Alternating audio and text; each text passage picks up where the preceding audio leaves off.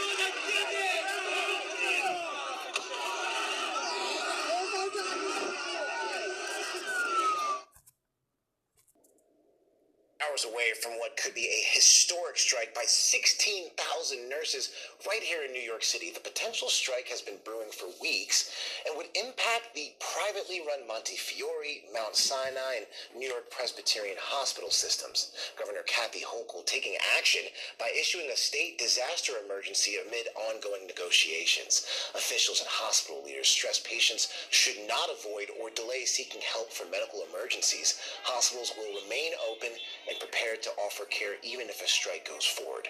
President of the New York State Nurses Association and registered nurse Nancy Hagans joins us now. Nancy, thank you so much for joining us here. What is the union asking for in these contract negotiations with hospitals?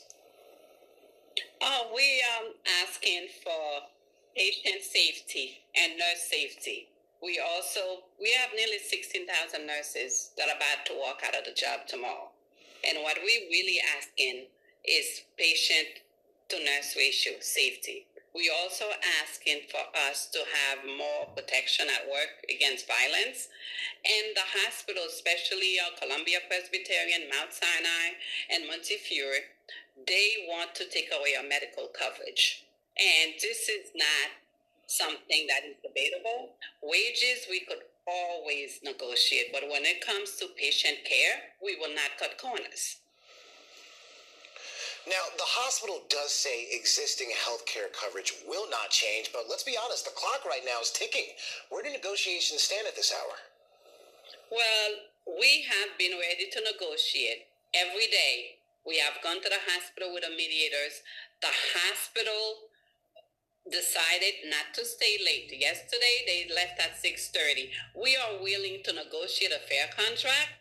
We still have time to negotiate with the hospitals. What we are asking is for the CEOs to put patients first. What we are asking is for them to stop spending millions on replacement workers and invest them in our nurses and invest them into our communities. What we are asking is for the hospitals to come to the table and negotiate a fair contract. If we could achieve safe patient nurse to ratios at safety net hospitals, if we could achieve that those hospitals have accepted to pay toward our medical coverage without any cuts, if we could achieve, better protection for workplace violence. You saw what happened on Thursday at New York Presbyterian Methodist.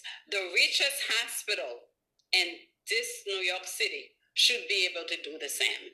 That is all we're asking for. Now, Nancy, I got to say, in a joint statement, the hospitals are calling preparations to strike, quote, reckless, and they're accusing your union of putting patients in danger. So what's your response to that? We are not putting our patients in danger. The hospital CEOs that are making $23 million a year, their salary is what most New Yorkers make in 2 days. Their 2-day salary is what most New Yorkers make. For Presbyterian to overspend $100 million for replacement nurses, it's a shame, because they could invest in replacement nurses toward patient safety, toward patient care, and toward a medical coverage. They are being reckless. We are not going on strike. The bosses are putting us on strike. We're sitting right now at the table with mediators. Where's management? They have not shown up to the table to negotiate. They are putting the nurses on strike. The nurses are not going on strike because we are willing, we're ready to work, and we're ready to negotiate. All they need to do is to come to the table and negotiate a fair contract. We still have time. We still have time to negotiate a fair contract. Good evening.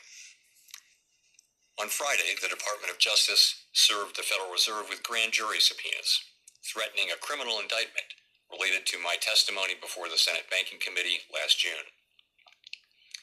That testimony concerned, in part, a multi-year project to renovate historic Federal Reserve office buildings. I have deep respect for the rule of law and for accountability in our democracy. No one, certainly not the chair of the Federal Reserve, is above the law.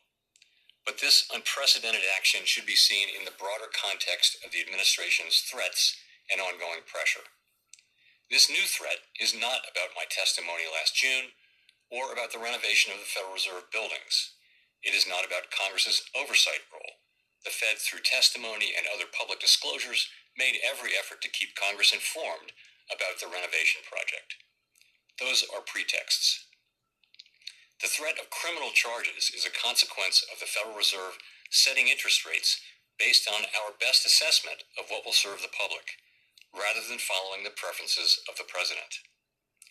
This is about whether the Fed will be able to continue to set interest rates based on evidence and economic conditions, or whether instead monetary policy will be directed by political pressure or intimidation. I have served at the Federal Reserve under 4 administrations, Republicans and Democrats alike. In every case, I have carried out my duties without political fear or favor, focused solely on our mandate of price stability and maximum employment. Public service sometimes requires standing firm in the face of threats. I will continue to do the job the Senate confirmed me to do, with integrity and a commitment to serving the American people. Thank you.